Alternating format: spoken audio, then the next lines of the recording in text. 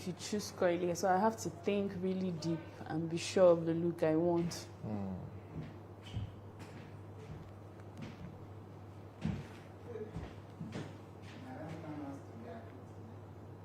I don't understand. Where are the cameramen?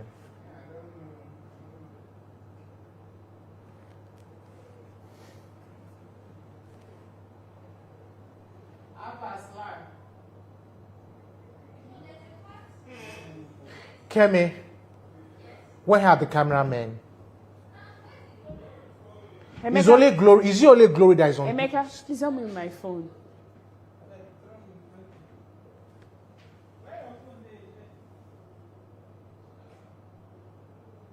Check around Sunday.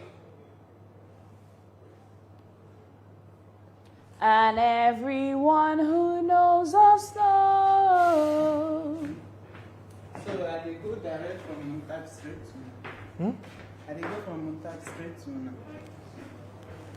you get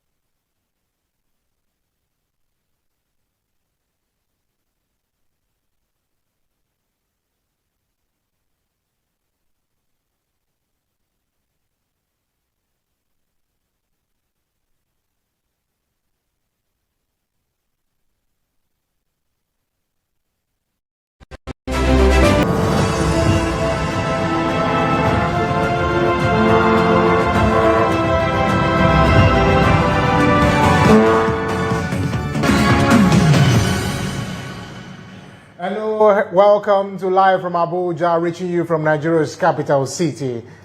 On the show, we will take you through major events that shaped the week in Nigeria and across the world. I am Ademola Lauren. Sit back, keep your feet up, relax, and enjoy the show.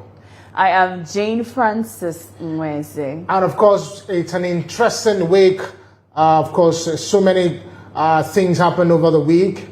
Starting from the U.S. Chargé d'Affaires says the recently concluded Nigeria-U.S. Bi-National Commission was a review of the cooperation between the two countries on a strategic level. Speaking with TVC's Foreign Affairs reporter, he says a constructive discussion focused on all aspects of cooperation, especially efforts to boost trade, health, and security.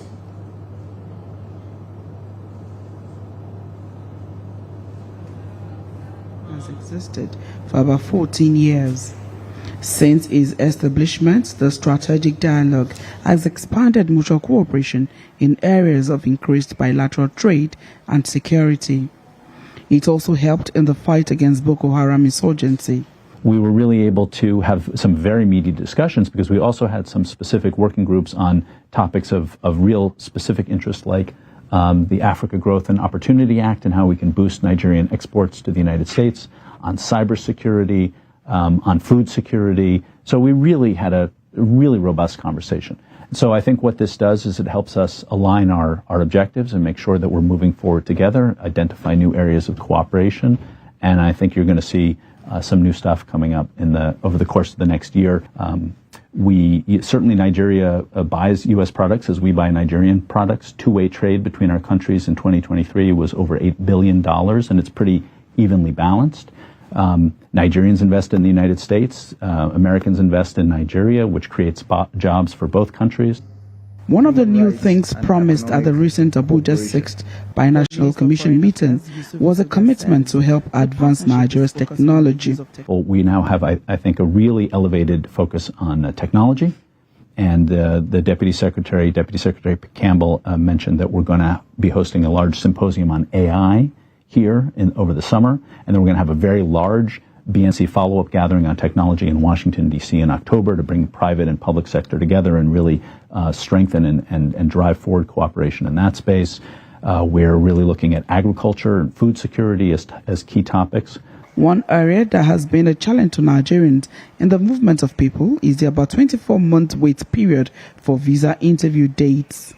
The Charge d'Affaires explains effort in this regard. What I'd like to say is that we've taken tremendous steps over the last year to increase the availability of visa interviews and to facilitate the process.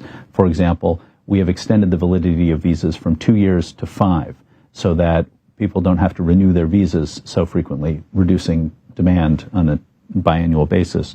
We have reestablished an interview waiver program, so if your visa has been used correctly and it's expired any time in the last 4 years, you don't actually need a visa appointment. You can drop your passport off and have your interview most likely waived.